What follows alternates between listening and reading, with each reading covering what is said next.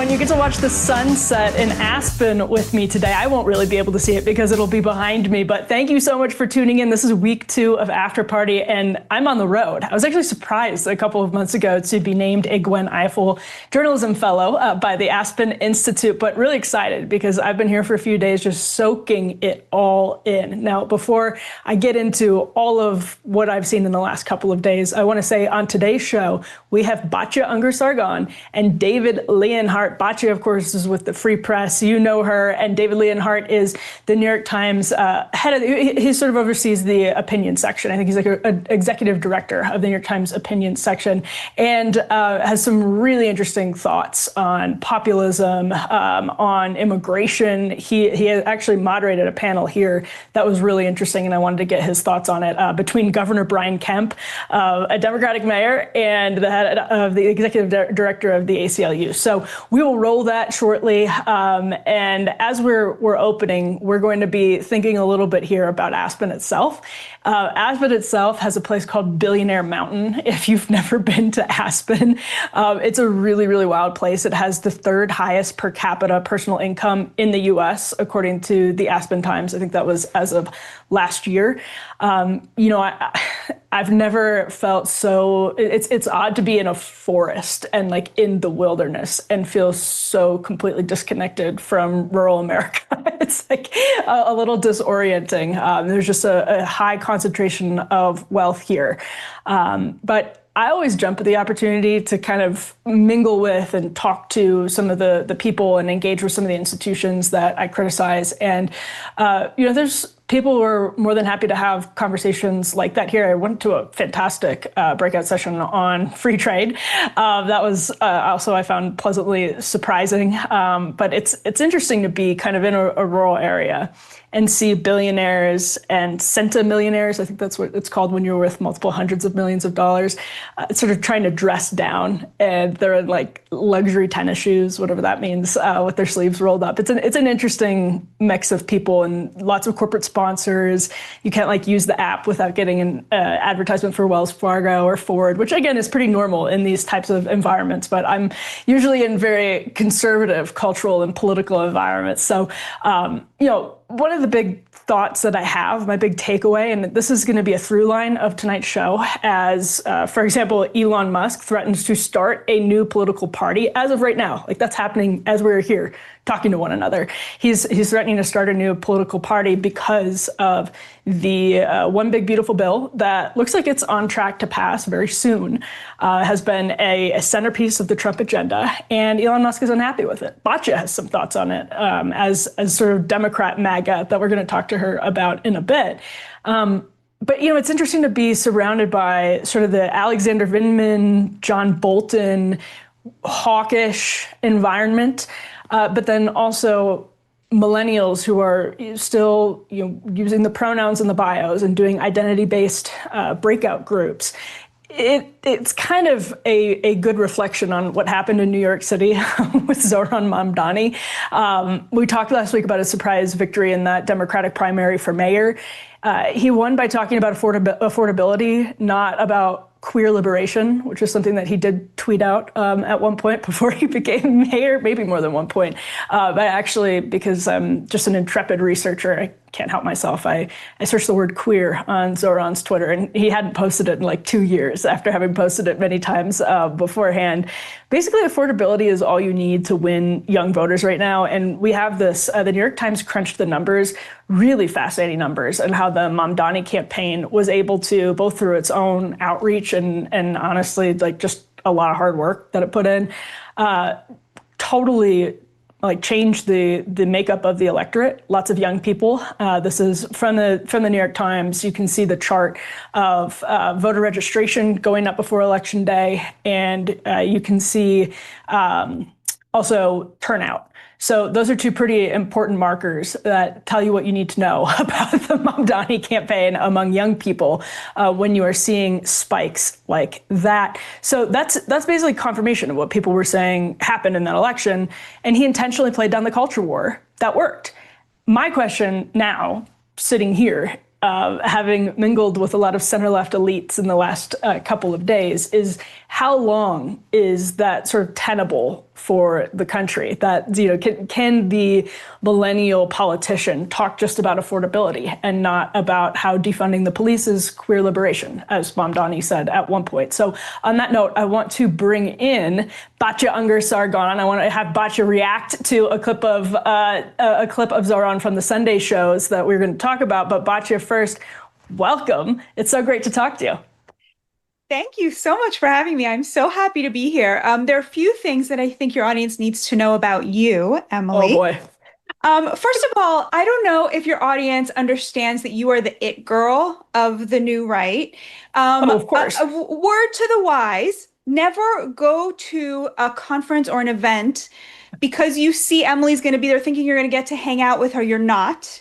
She is surrounded by 3 rings of admirers, and you literally need Krav Maga to get anywhere near her just to say hello to this woman. She's so freaking popular.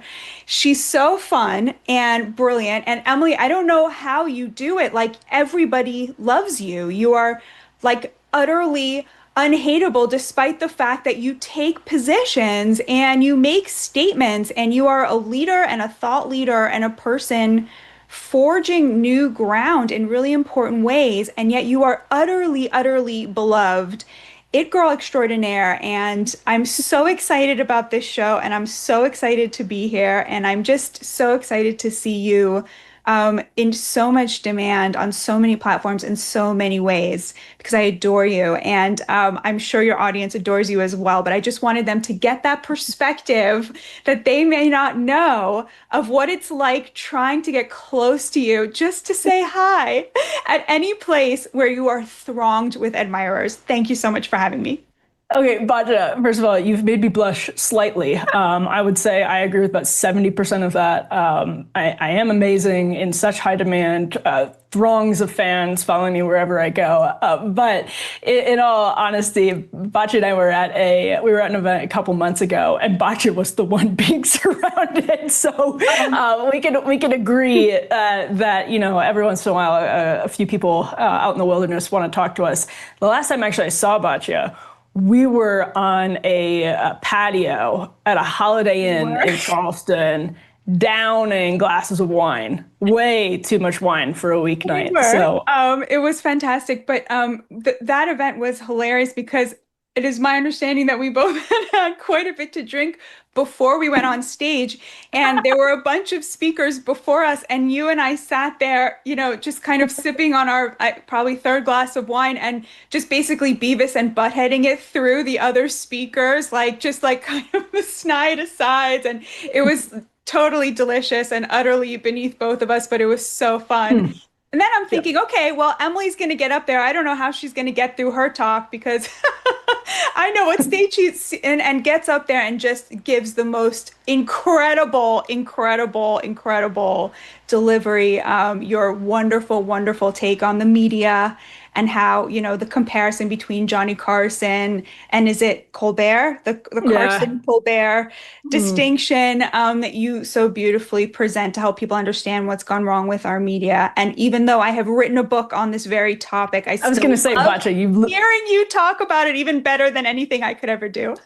You literally wrote the book on that. I'm so excited to have you here, and I'm very excited to get your reaction to this massively viral clip of Zoran Mandani this was on NBC with Kristen Welker, Sunday shows. He's a sensation now, and got an interesting question from Kristen Welker and gave a pretty interesting response about just the existence of billionaires. So let's roll this clip, and I'll ask you about it, Batya.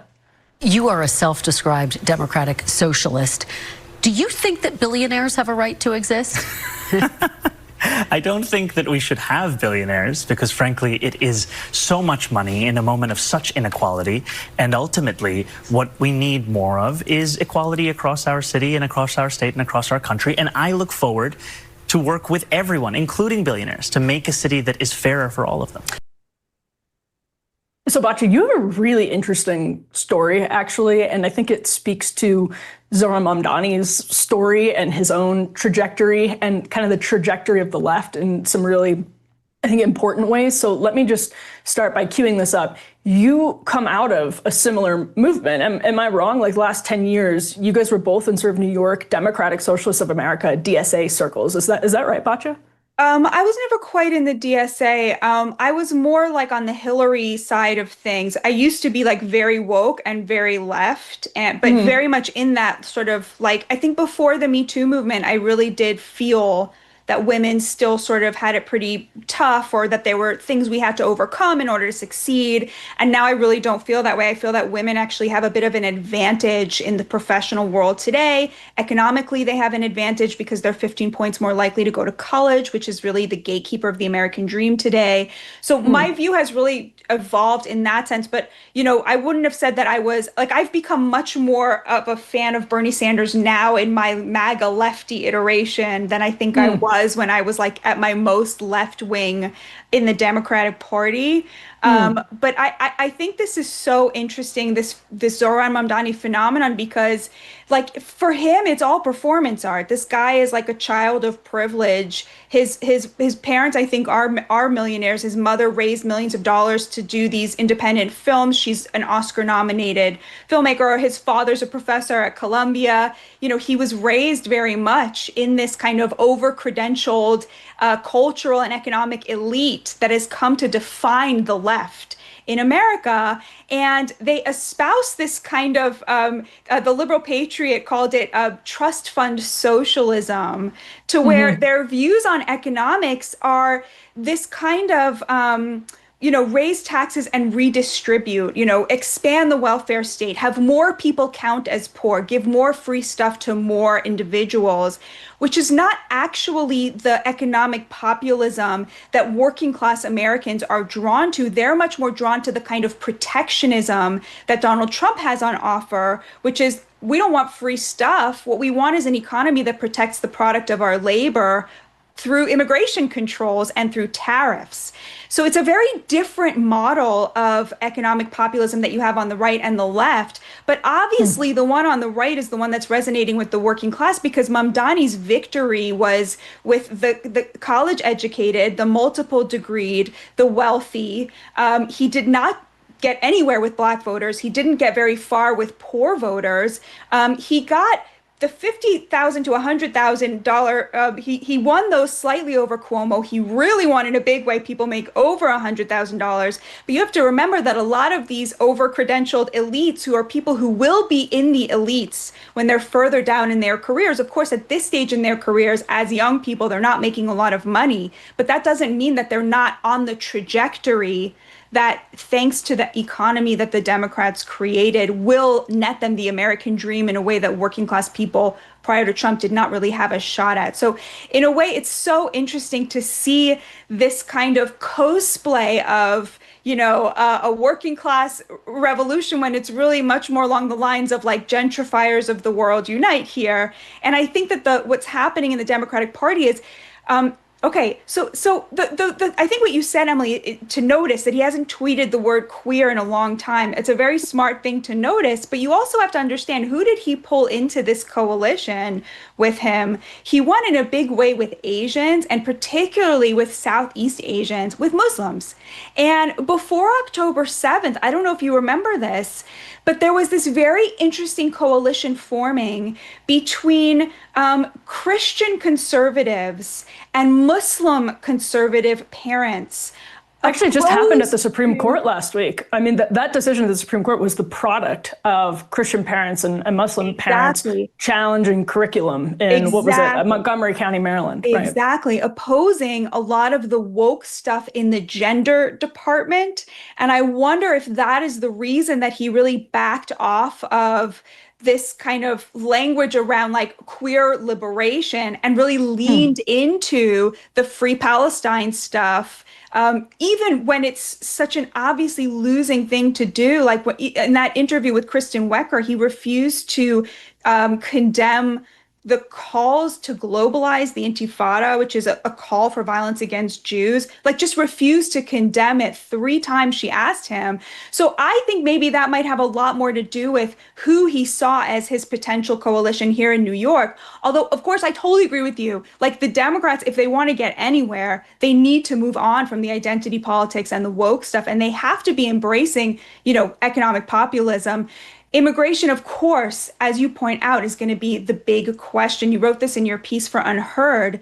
Crime and immigration are the 2 areas where will he be able to actually seize that populist energy on those 2 issues? That could be the make it or break it for him. Yeah, and so we definitely don't agree on everything about this, but I'm really curious what you make of that last point in particular about the identitarian obsession that tanked the left. I mean, it really started with Hillary Clinton. Joe Biden was able to sort of eke out a win for a lot of reasons in 2020. Joe Biden and Kamala Harris then again doubled and tripled down on it. And here, Zohran Mamdani, who is way further to the left on economic issues, certainly than Kamala Harris, Joe Biden, and Hillary Clinton is, actually was not out there like overwhelming his message with identity politics. And I wonder if you think, I wonder if you think the rest of the party is capable of doing what he did. And actually, even if he is capable of taking that all the way to Election Day in November. It's very interesting. He never once said, vote for me, I'll be the first Muslim mayor of New York. And that I heard. I mean, it's my understanding that he never said that. Somebody correct me if I'm wrong about that, but I think that's what you're talking about. Like that took a lot of restraint, right? Because that was in the Hillary version, right? The lingua franca of the day. It was like you call upon this historic nature of and so that I think was obviously very smart. He ran a really smart campaign. The problem is that it seems to me that the Democrats, if you look at Mamdani as a sort of harbinger, what they did was they swapped out a kind of woke elite left cultural position on race and gender that was very alienating to working class voters for a socialist redistributionist economic agenda that it turns out is also very alienating to working class voters who really kind of want sort of a fair shot at the American dream. And he was right in diagnosing the problem. The solutions he gave were the solutions that appeal to the exact same top 20% of over-credentialed elites that the Democrats were appealing to with the identity stuff. So it seems to me like that elite has gotten the message that if they focus on race and gender, they cannot win elections because most Americans have moved on from that. But what they swapped it out for is this kind of trust fund socialism that also seems to me to be a kind of losing agenda when you're talking about building a mass coalition in the way that Donald Trump did. That's such a good point. And one of my takeaways here at Aspen is that the millennials that are here are actually still kind of clinging to some of those cultural policies. So on that note, let's talk about the rights battle to actually represent or help the working class as much as it is possible. Batya, I got to get your reaction to, because you've been posting about this on X really interestingly, Caroline Leavitt claiming that that one big beautiful bill is actually going to strengthen Medicaid. This is S3. So this bill strengthens Medicaid. It will protect those benefits that hardworking Americans need, and that's why the president wants this bill to pass. The senator was wrong. The president put out a Truth Social post addressing it, and then the senator announced he's no longer running for office anymore. So I think that case has been closed, and the White House is continuing to focus on getting this legislation to the president's desk for his signature. Now, if you've been around the conservative movement for a long time, like I have, you would not have any problem with that argument. You would say, of course, cutting waste, fraud, and abuse and tightening up, for example, work requirements, as this bill does on Medicaid. Yes, that technically you can sort of stretch the definition of what, quote unquote, strengthens Medicaid, although it's probably not how most Americans understand it. And Elon Musk now, sort of from the right of Trump, is threatening to create a new third party. This is F4. We can put it on the screen. This is playing out literally as we're speaking, Batya Musk is posting, this one says, if this insane spending bill passes, the America Party will be formed the next day. Our country needs an alternative to the Democrat-Republican uniparty so that the people actually have a voice. And Batya, I think he's sort of on the other side of your disagreement with this bill, but both of those disagreements speak to the problem that Republicans find themselves in right now with this bill. So let's start with what's happening in terms of like austerity and trying to find cuts to keep Ron Johnson and Chip Roy happy, for example, while also keeping Susan Collins and Josh Hawley happy from the sort of moderate and populist side. What's your takeaway from the cuts that Republicans are about to pass here?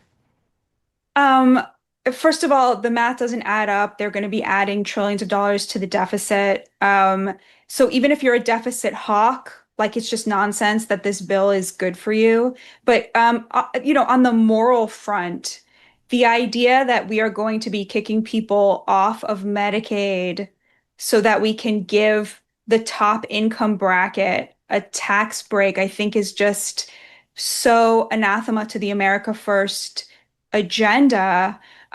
They do this little sleight of hand where they act like if we don't pass this bill, there will be a tax increase for working class and middle class Americans, as if you couldn't separate out the tax cuts for middle class and working class Americans from tax cuts for the top income bracket. I just find it godless and morally offensive to suggest that, taking away 2% of a tax cut from a billionaire, which he will never feel and never notice, that you should be doing that while taking away healthcare from people. These people are not like scamming the system to get cash. I mean, even if somebody is scamming the system to get Medicaid, they're doing it to get health care. And if they get dropped from the Medicaid rolls, their family is going to end up paying those bills, and their family is probably broke. It's not like they can just choose not to get health care. This isn't like spinning rims on a car, But that's how Republicans talk about it. I don't, in theory, philosophically, have a problem with work requirements or volunteering requirements. I volunteer. I think volunteering is great for the soul. The idea that the 20 hours a week of volunteering that they're asking these people to put in exchange for their Medicaid is going to do something towards paying down the deficit to the degree that getting rid of those tax cuts for the rich would do. It's just insulting to me. So I'm on the opposite side of Elon Musk. The problem is this is where the MAGA base is. This is where MAGA voters are. They really believe Donald Trump when he said, I'm not going to be dropping people from Medicaid. And you can say it's fraud and abuse till the cows come home. This is healthcare that people need. We need more people getting healthcare, getting good healthcare, getting great healthcare, which Medicaid is. And the last point I'll make, Emily, is that the parliamentarian just ruled that the Republicans, without a 60-person majority, cannot deprive illegal aliens of Medicaid and health care. So what you're telling me is that the America First Party is about to pass a bill that allows millions of illegal aliens to have access to the Cadillac of healthcare and is dropping 5 million Americans from the rolls, American citizens.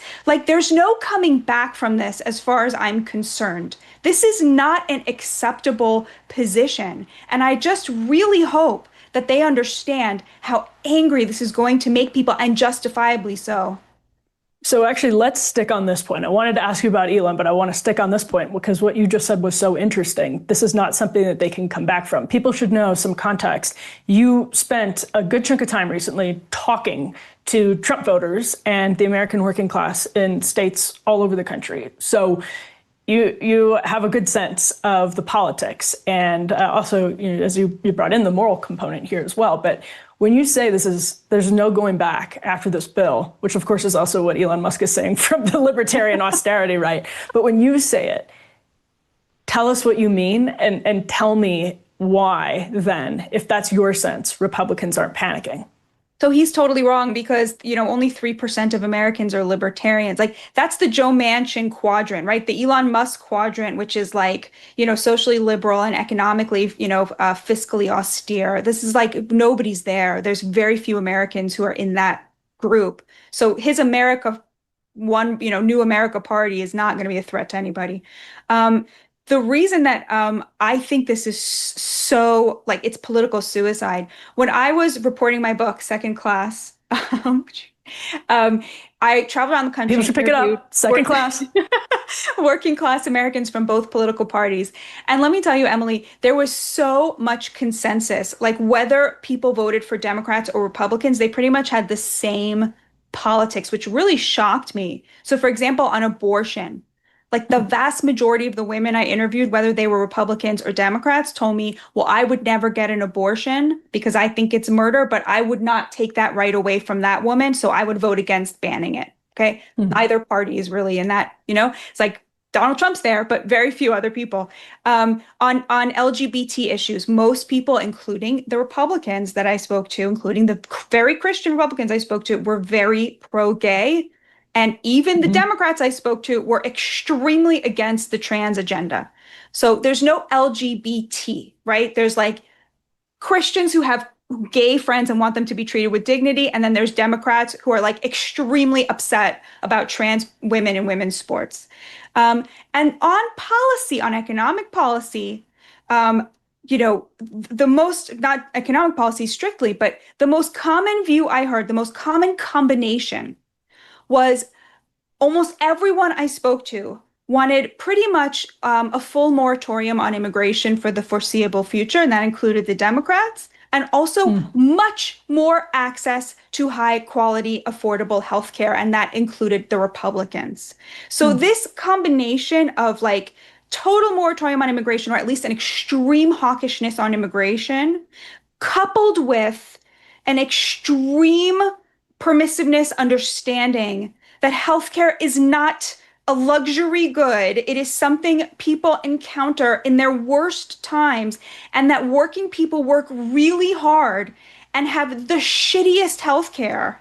Like, that combination is the winning formula. Whichever party gets there first is going to have a ruling majority for 50 years because 70% of Americans, 75% of Americans are there. In fact, 80% of Americans think we should be raising taxes on the wealthy to pay for this stuff. So this just seems to me to be going in the exact wrong, totally opposite direction, and really actually is an opening for Democrats. Guys, all you have to do is get back to your 1990s position on immigration, and you will be in really good shape. Will they do it, Emily? They won't do it. So basically what we ended up with is one party that talks about dropping people from Medicaid, dropping American citizens from getting health care, and another party that believes we should be giving health care to the entire world and to illegal immigrants. And it's just such a joke. I mean, it really sucks for the average American. I mean, I think the average American sees it that way, that's for sure.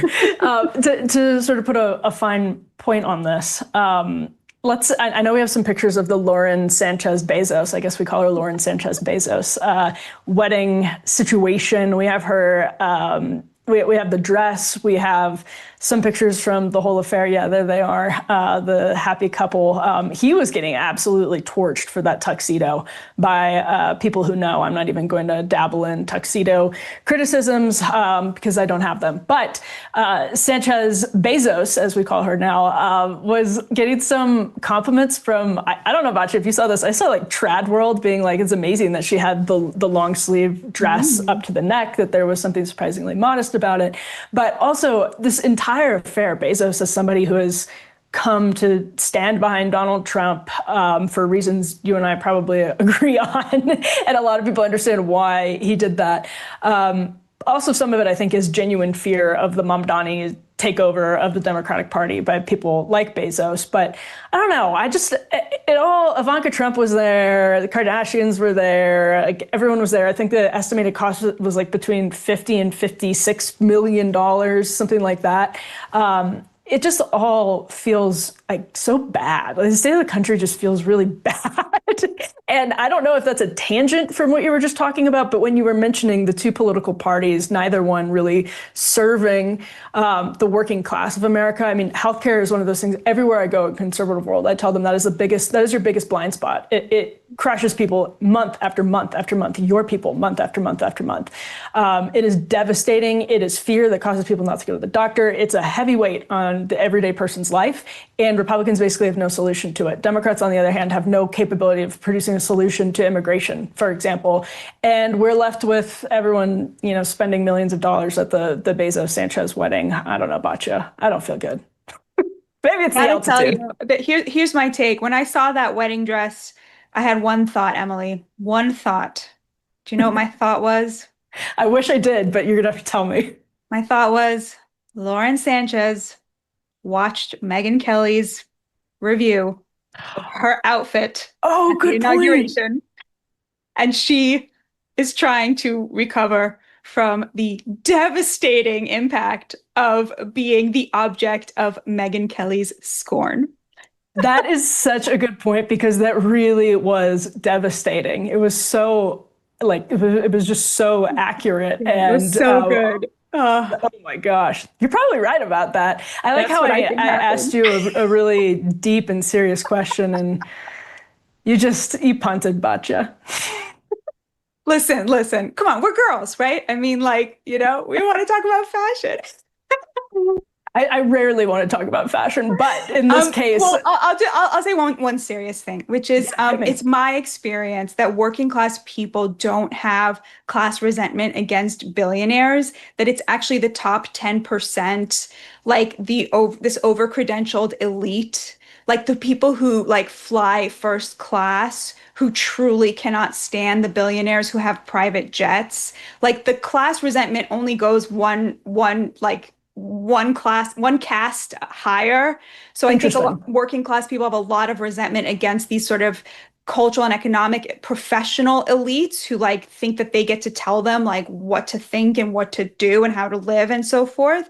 But they see billionaires as jobs creators, and they're really turned off by anti-billionaire talk. I think a lot of people, imagine that they could be a billionaire, or they wish they could, or they aspire to be. The idea of trashing billionaires, I think, is very alien in working class culture, but it's very prevalent in that elite that Mamdani comes from, where people are very used to, from the lap of, one step down privilege, railing against the billionaires. I always think of how, Bernie Sanders, who, I really admire, but he used to rail against the millionaires and the billionaires. And then, when you realize wow, $3 million, what does it get you already? Just 3 houses, he sold a book, he did really well. He bought his 3rd home. Suddenly it became the billionaires and the billionaires, it's, and I think that there's a little bit of that where that is, you would think if you are a credentialed elite and you've only been raised in circles where your mom is an Oscar winner and your father's a Columbia professor, it's very natural and normal for you to assume that people much poorer than you hate billionaires the way that you do. But actually, they really don't. And it's kind of a tell for somebody, in my mind, who doesn't have a lot of connections in those communities. Although I do think there's something that changes when you pair it, a bill like this. I think when you're pairing it with austerity or the threat of taking something away, for some reason, I think that makes a difference. But anyway, Batya. I mean, make them pay more. Definitely. I'm totally on board with that. There's a way to be both positive towards it, positive towards capitalism, while also saying when left to its own devices, it leads to shipping all the good jobs to China and importing a slave caste to work here and disinheriting the working class. Of course, I'm not pro billionaires getting off the hook. I want them here. I want them creating jobs. I want them paying a lot more taxes. We call her pro-billionaire Batya. That's what we call her. She loves billionaires. All right. Batya, tell people where they can find your work. Oh God, I'm on Twitter, but don't spend any time there, guys. You get Batya's books, follow her at the Free Press. Batya, thank you for being here. Mwah! Thank you for having me. A pleasure. All right, everyone. We are going to actually continue a very similar version of this conversation with David Leanhart of the New York Times. But before we get to that, let me tell you a story about a guy named Leo Grillo Well, on a road trip, Leo came across a Doberman, and this dog was severely underweight and clearly in trouble. Leo rescued that Doberman like a great man, a magnanimous man, and named him Delta. Sadly, Delta was just one of many animals that needed help, which inspired Leo to start Delta Rescue, the largest no-kill, care-for-life animal sanctuary in the world. They've rescued thousands of dogs, cats, and horses from the wilderness, and they provide their animals with shelter, love, safety, and a home. This dedication and everlasting love to animals, which I'm sure speaks to many of you, is Leo's mission and legacy. Delta Rescue relies solely on contributions from people like us, and if you want caring for these animals to be part of your legacy, speak with your estate planner, because there are tax-saving estate planning benefits too. You can grow your estate while letting your love for animals live well into the future. Check out the estate planning tab on their website to learn more and speak with an advisor. We call a dog man's best friend for a reason. You can help those who need it most. So please go ahead and visit deltarescue.org today to learn more. That's deltarescue.org. I'm excited now to bring everyone this interview that I was able to do with David Leanhart of the New York Times earlier today. David is really interesting. He's one of those people who actually sort of pops the various bubbles that he's been in, whether it's on pandemic or on the pandemic or on immigration. He's the editorial director for the New York Times' opinion section. He's the author of a book called Ours Was the Shining Future. He's a very open-minded person, and so I know a lot of conservatives, when they hear New York Times, obviously there's like a little radar going off. Me too. But David is always so willing to have these difficult conversations, and I really appreciated that. So we talk about Zohran Mamdani, talk a little bit about immigration, and a lot about sort of the culture, whether there has been a quote-unquote vibe shift among America's elite, because this is one of our unusual pre-tapes. I'm actually going to jump onto the chat in YouTube, and I'll be talking to some of you there if you're watching this live on YouTube. So without further ado, here is David Leanhart at the Aspen Ideas Festival. We are here in the beautiful Rocky Mountains at the Aspen Ideas Festival, kind of on the sideline of the festival, and I'm joined by David Leanhart. He's the editorial director of the New York Times' opinion section and the author of a lovely book called Ours Was the Shining Future. David, thank you for being here. Thanks for having me, Emily. David, you work at the New York Times. We're here at Aspen Ideas Festival, where you've moderated some very interesting conversations, and you kind of been willing to burst bubbles in these sorts of circles over the course of your career, whether on immigration or the pandemic. And now that we're 10 years into Donald Trump's hostile takeover of American politics, 10 years. 10 years. I just kind of wanted to get your thoughts on what the trajectory of populism is like in the United States now, a decade into really the Trump era. I think it's hard to know exactly what the trajectory is going to be, but I think that the past can give us some sense of it. And I think there's a basic foundation that explains why we live in this populist era, and then there are some other factors as well. But the basic foundation to me is a sense that many Americans have that their quality of life has stagnated. And I think they're right about that. When you look at things like income and wealth and health and life expectancy, you see this huge divide between roughly people who have a four-year college degree and people who don't have a four-year college degree. And the trends for people who don't have a four-year college degree, who are the majority of Americans, are pretty dark. Income has grown very slowly. Wealth has grown very slowly. Life expectancy for people without a college degree is roughly back where it was 30 years ago, which is a pretty bad indictment of our society and our economy, that it is not producing increasingly long lifespans for most of the population. And so I think that is the kind of the background to populism. And then you have other things on top of it. You have the decline of participation in organizations, whether it's labor unions or local churches or you name it. You do have immigration, which I think is important. You do have the COVID pandemic. But I think of the real backdrop as being this sense that, hey, things fundamentally aren't working for me and for my community. Well, and I wanted to actually keep pulling at that thread because it seems to me like the Robert Putnam, Charles Murray, David Leanhart analyses of civic engagement, nothing has gotten better. That's my perspective. And I'm curious what you think, David, because I look around and I feel like, I don't think small town Wisconsin, for example, where I'm from, is all that much better off now than it was 10 years ago. I think that's right. I think it is hard to see real signs for optimism in terms of the data of what's going on. However, I do think there is more of a recognition of the problem than there was before. And sometimes you have to recognize a problem to deal with it. And I do really think that these computers we carry in our pockets are a big part of the alienation and the anger and the loneliness. And so if I like to be optimistic, I try to be optimistic. And so I think this movement that we see, and Jonathan Haidt, the psychologist, is here at this festival. Right. I think the movement we see where schools are saying we are going to ban phones from schools, which we see in state after state.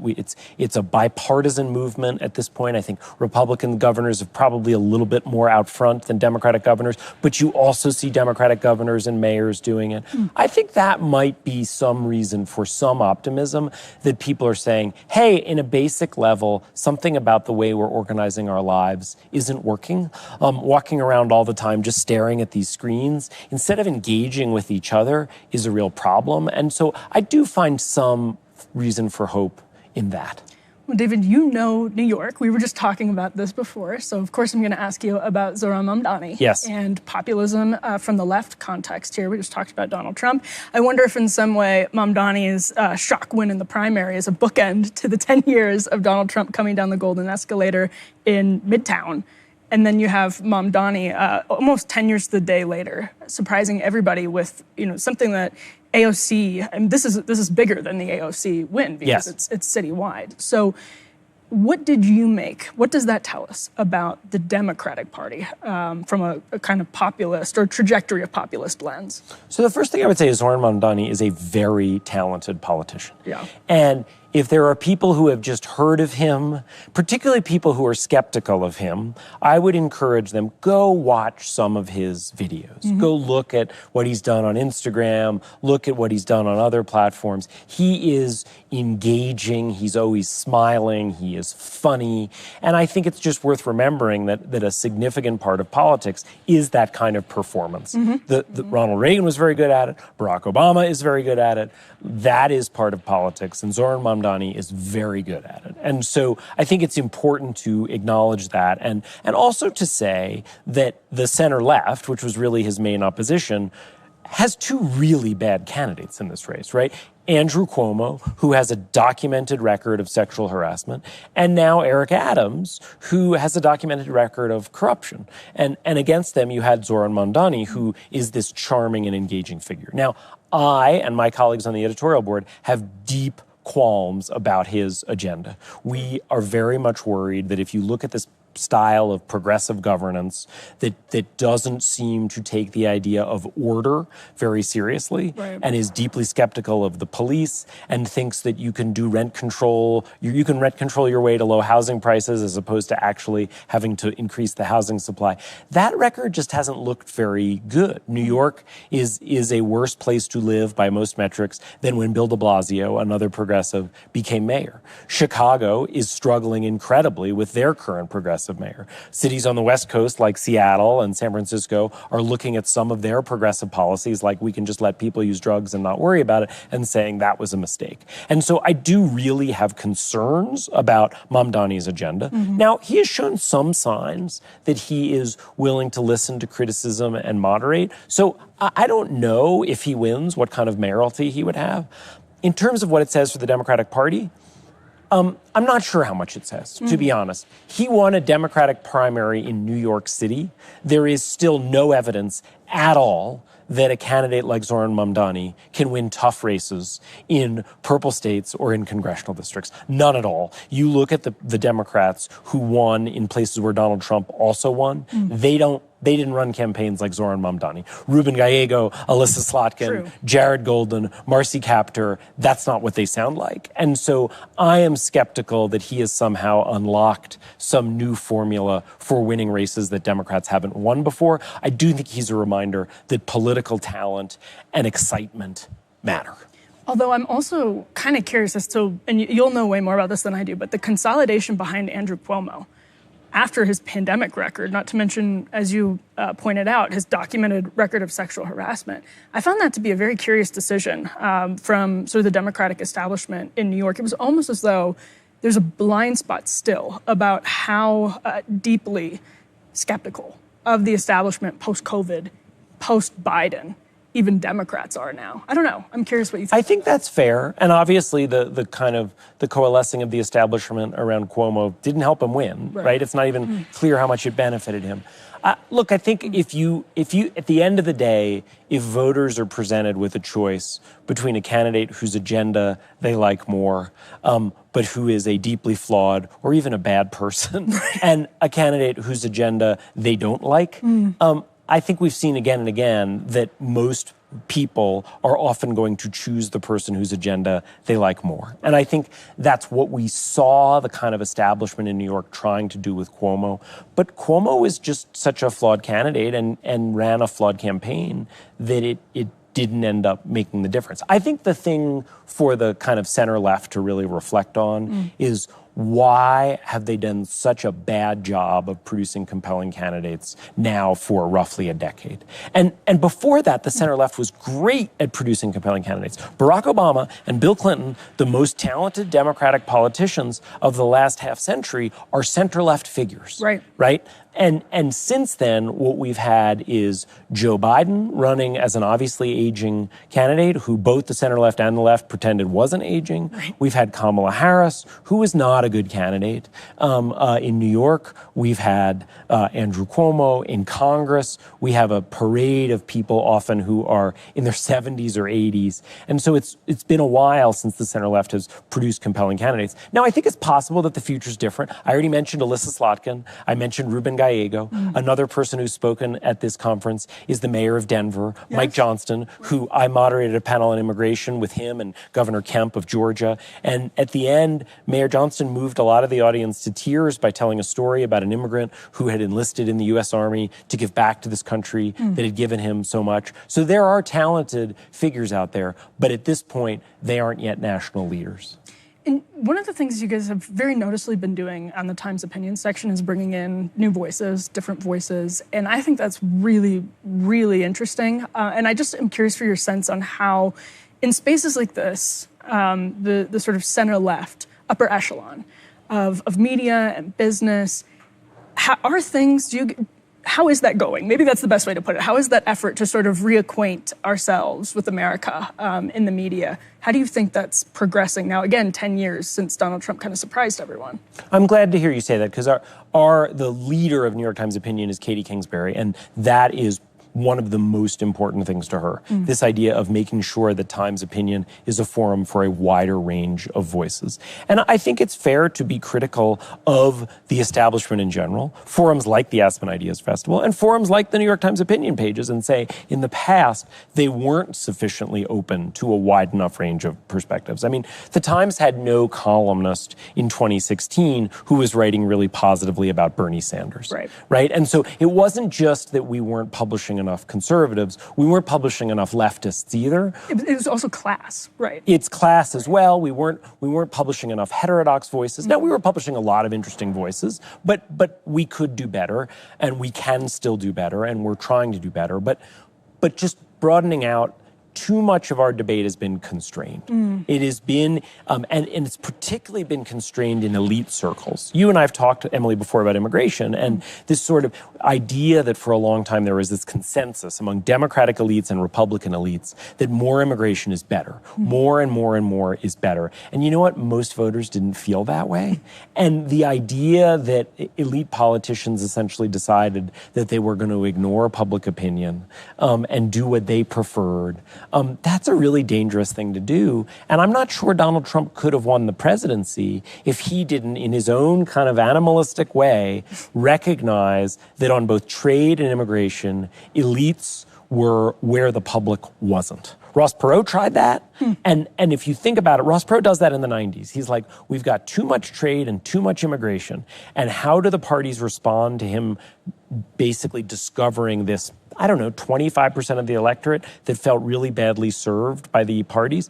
The two parties ignored that 25% of the electorate. And it was sitting there waiting for Donald Trump to kind of take over the Republican Party and then add just enough Democrats and independents to allow him to be elected president twice. And so that cohort was also, I think, by the time Trump comes around, angrier. because there had been an increasing, I guess, sense of sort of getting smeared by the people who were ignoring them in Perot times. And then eventually that moved into sort of an ugly culture war clash for, I think, some of the reasons of just our physical geographic separating. People are less intertwined. Our lives are less intertwined on a class basis.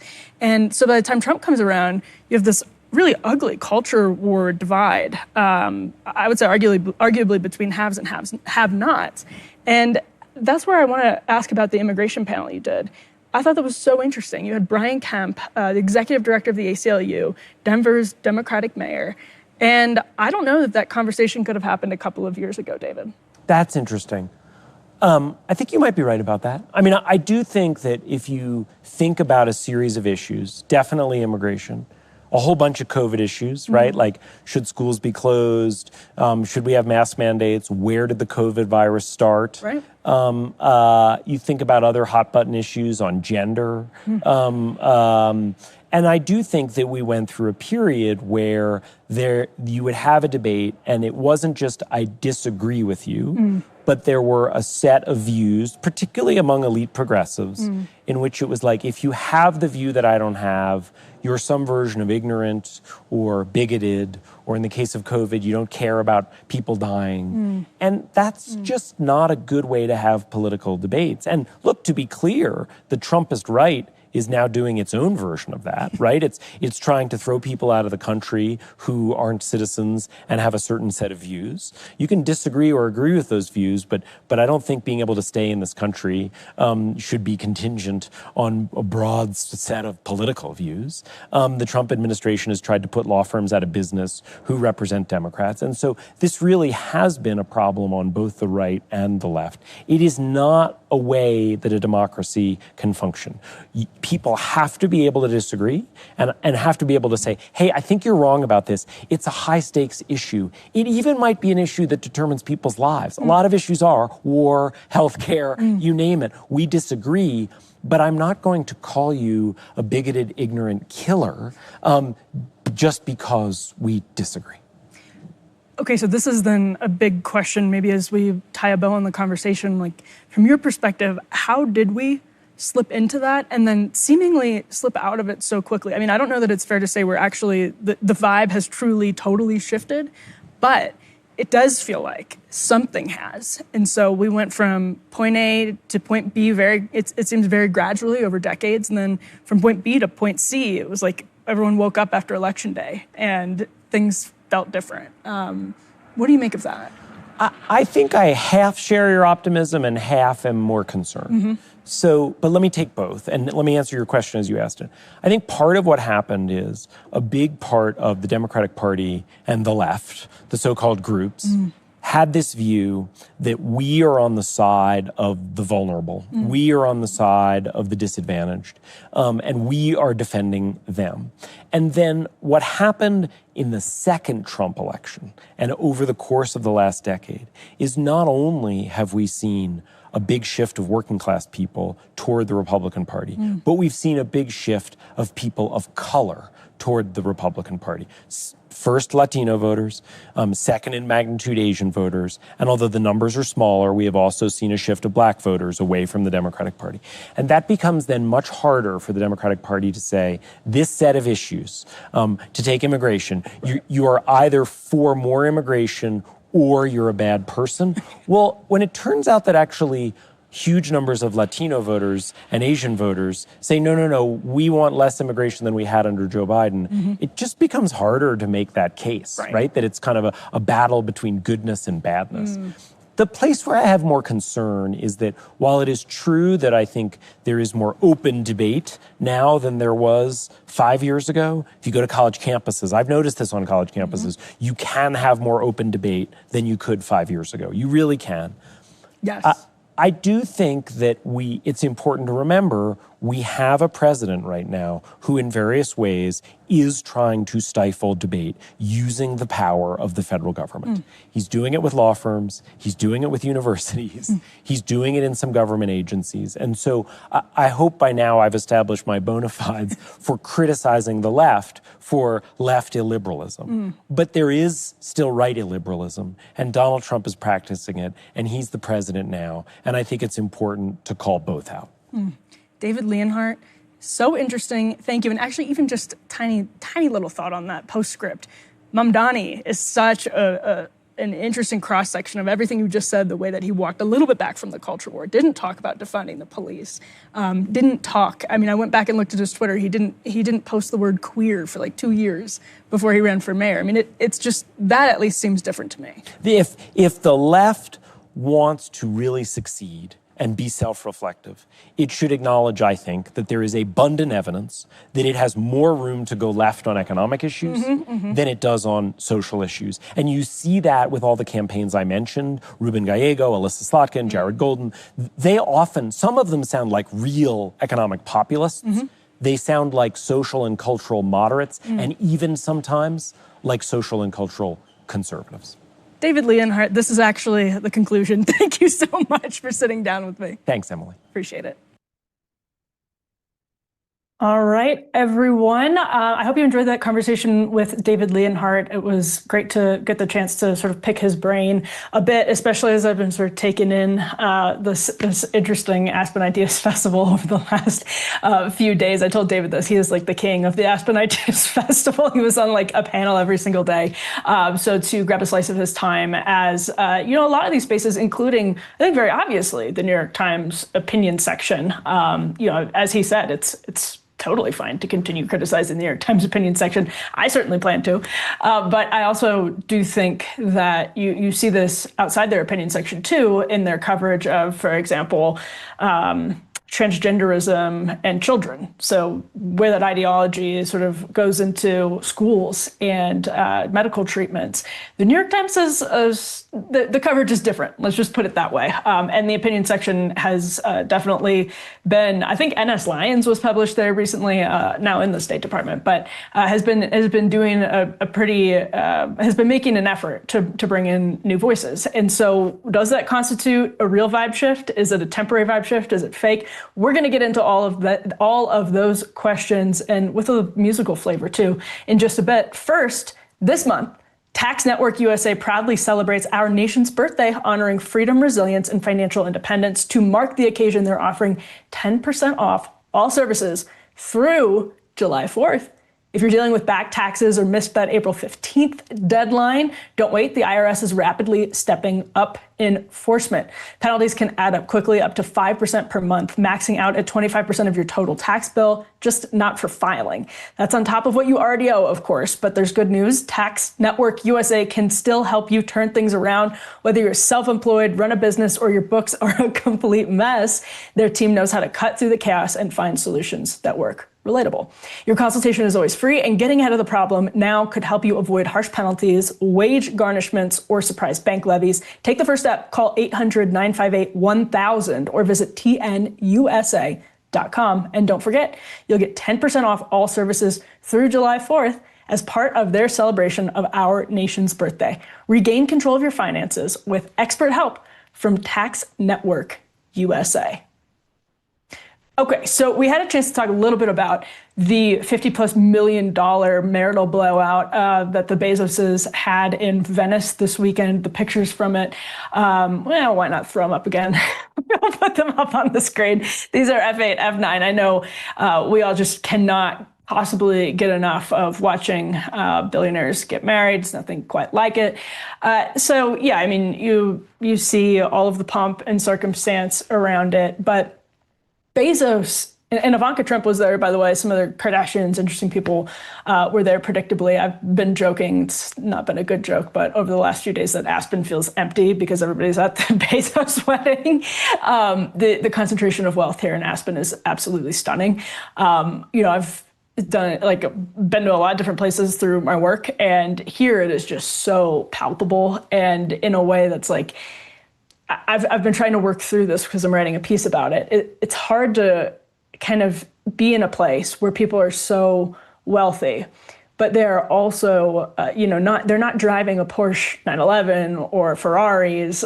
They sort of like, they keep those in the Hamptons. And here they have these like ostentatiously vintage Jeeps and like legit vintage Broncos. And, they're jacked up 4Runners, whatever it is.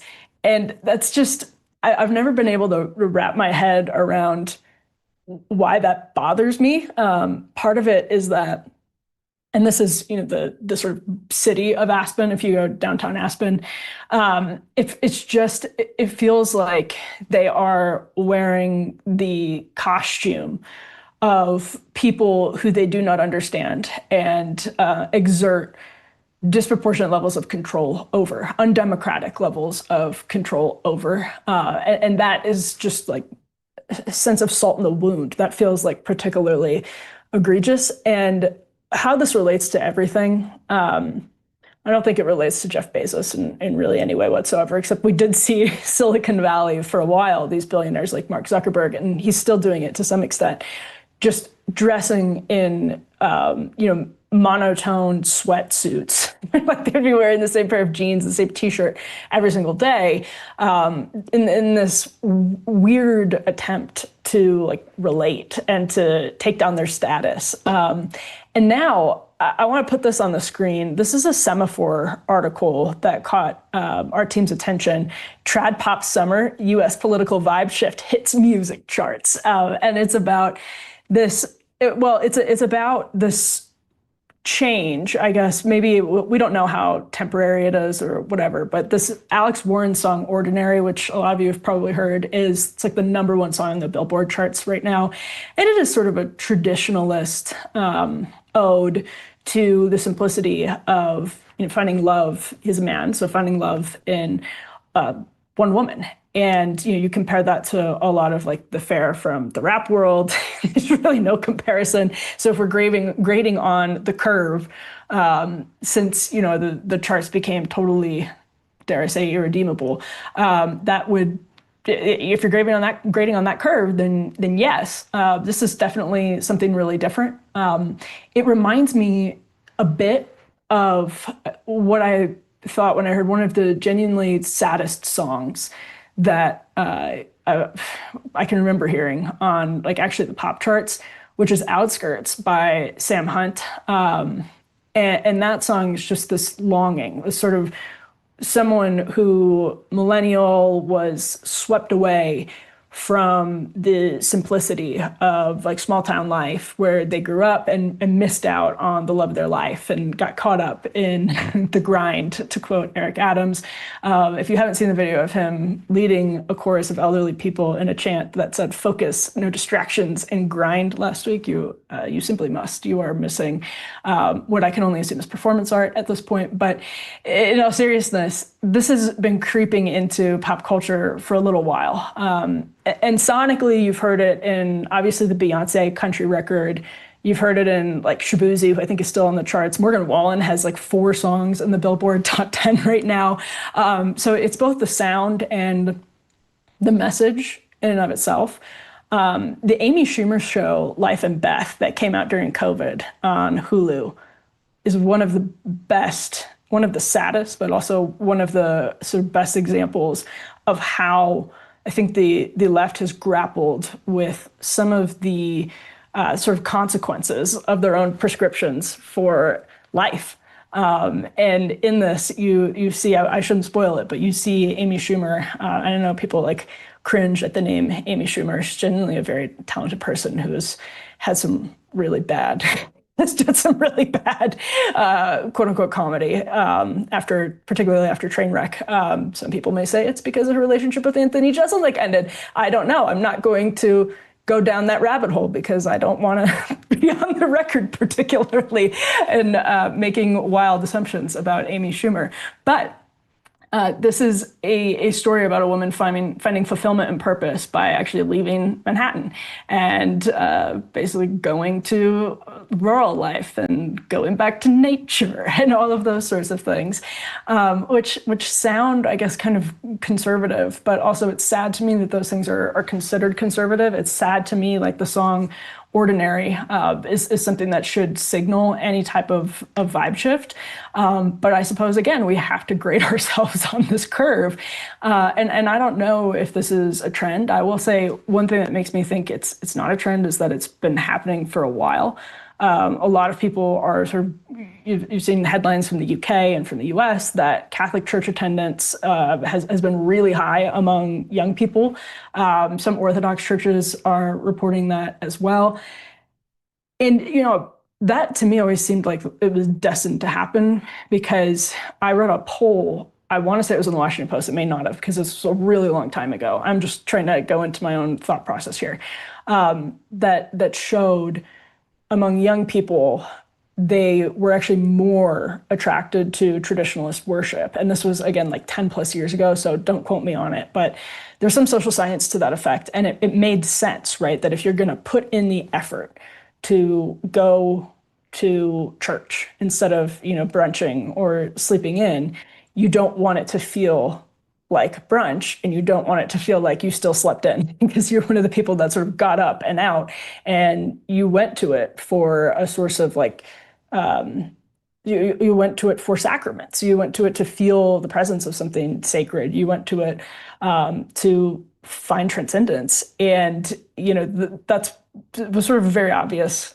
I think, trend. Again, I have to keep saying as a millennial, which is like the three worst words in the English language when you put them together. But that's sort of where I always saw it going. So maybe this is durable. Maybe this is something that sticks around. But the elite millennials, and this speaks to my experience over the last several days. I mentioned this at the top of the show. There's still a lot of what I would describe as cultural leftism. It still feels like 2020 here in Aspen among the elite millennials, people who work in corporate America, in media jobs. It's one of my big takeaways. And Charles Murray wrote a book in 2012 called Coming Apart, about how we are sort of geographically separating ourselves by education and income. It's a great book. And that book, none of those trends, and this is what I was trying to get at with David and also with Batya, is none of those trends to me seem as though they're reversing. I think we are still separated geographically on those lines. It's fascinating to see that here in Aspen, a place that is relatively rural, but is such a concentration of wealth that a lot of the people from Aspen who work in Aspen every day, they can't live in Aspen. They have to live everywhere else. And the billionaires and multimillionaires live here. And so we can say the vibe has shifted in sort of among political parties. That kind of makes sense. We can kind of connect those two things, because the parties should, at least in theory, be responsive to voters. And businesses should, in theory, be responsive to voters. There's a big CNN piece recently about how a lot of brands were, consumers, not voters, but how a lot of brands were downplaying Pride this year. I mean, that's one thing, but it's one thing to downplay it. It's another thing if you sort of still, as the marketing person for example, Target, this is not specific, it's hypothetical, you still believe what you believe, that's going to put you at odds with the rest of the country. And it doesn't get you out of your bubble at all. In any way whatsoever. It doesn't, change the fact that you still probably are surrounded by people who have higher education and income and live. So the public polling, really, in terms of the sort of cultural tastemakers and gatekeepers, we can look at the opinions shifting on, like, quote unquote wokeness and free speech and all of that. But we're talking about, like, the top 5%, 10%, the professional managerial class of the country. And if that doesn't shift, then you still have this massive socioeconomic and cultural disconnect. And to me, that's what doesn't feel like it's changing. So on that note, make sure to, if you have thoughts, feedback, I'm at emily@devilmaycaremedia.com. I've gotten some really great emails. I've tried to respond to all of them. It's been a lot of fun. I actually reconnected with, like, a long lost friend from the email account. So maybe I'll tell that story soon, but stay tuned. We have some really great guests coming up. I'm gonna be back in my regular studio. I appreciate everyone watching the sunset behind me here in Aspen and giving me the sort of grace to do this on my laptop and my remote setup. I appreciate the team working with me on that as well. We will be back again on Wednesday with more. We are always here 10 p.m. We are live and we are having so much fun. So I'll see you then.